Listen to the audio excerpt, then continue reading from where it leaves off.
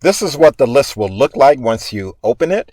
Once you download and open, this is the Excel version. And on the Excel version, this is the most opportune way to view the list because it'll have these uniquely calibrated or calculated columns that'll give you additional links to maps and skip tracing, which I'll show you in a second. So for this video, we're just going to go over the fields and show you exactly what's on each and every list that you might order from us. First, we have the resident's name. Is separated by the resident's first, middle, and last name. For this video, we just edited out some of the sensitive information here so it doesn't give you the full last name, but rest assured, as you get our list, you will have the full last name there. This gives you the property address.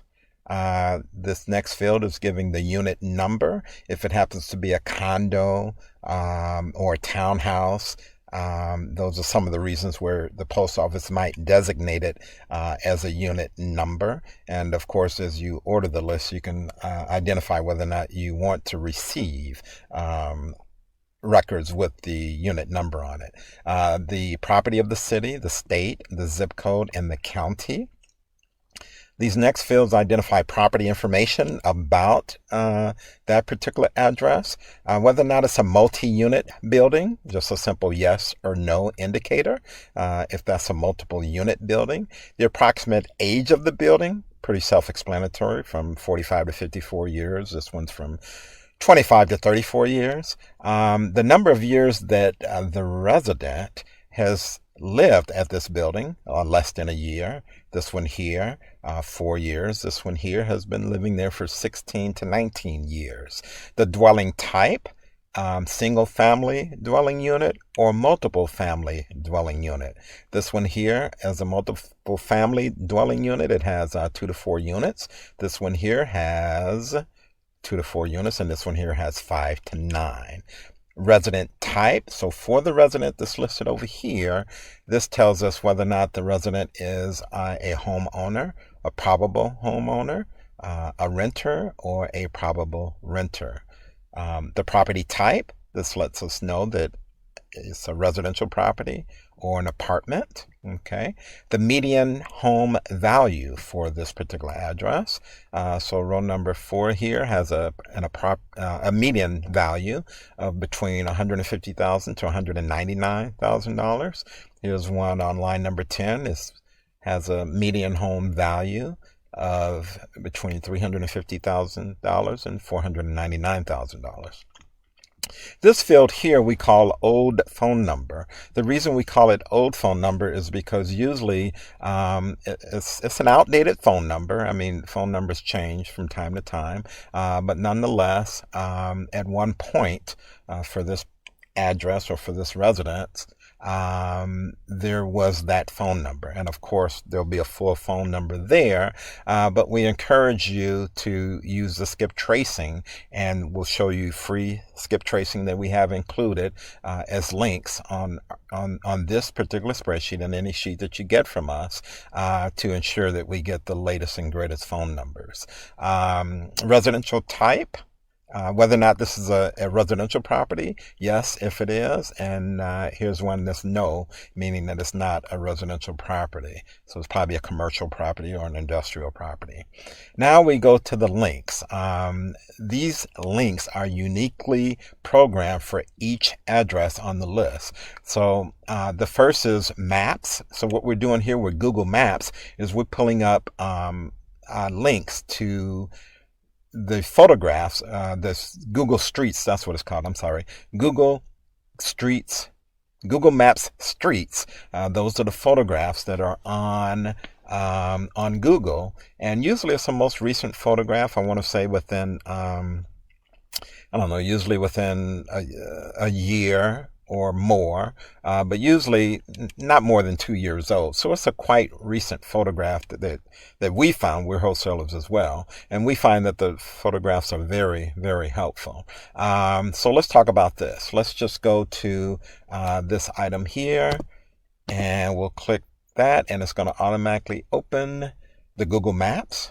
So for that particular address, and it's uniquely programmed to give you a link of what that property looks like. If you're not familiar with Google Maps, you can, if you click that link, it'll expand it for you. So this is what the address looks like.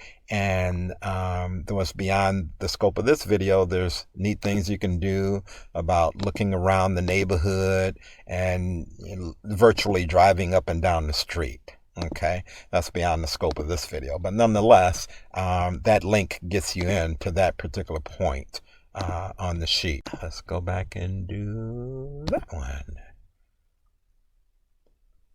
Okay, so now it comes up with a picture of the property, and again, we can click that. We can even zoom in. It has a zoom feature right here where we can zoom in closer.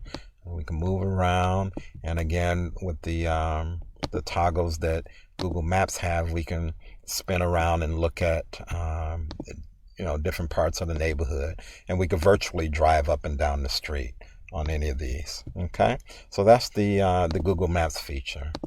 The other link that we have here now is for skip tracing. So here, this uniquely programmed link will automatically skip trace this item number for you.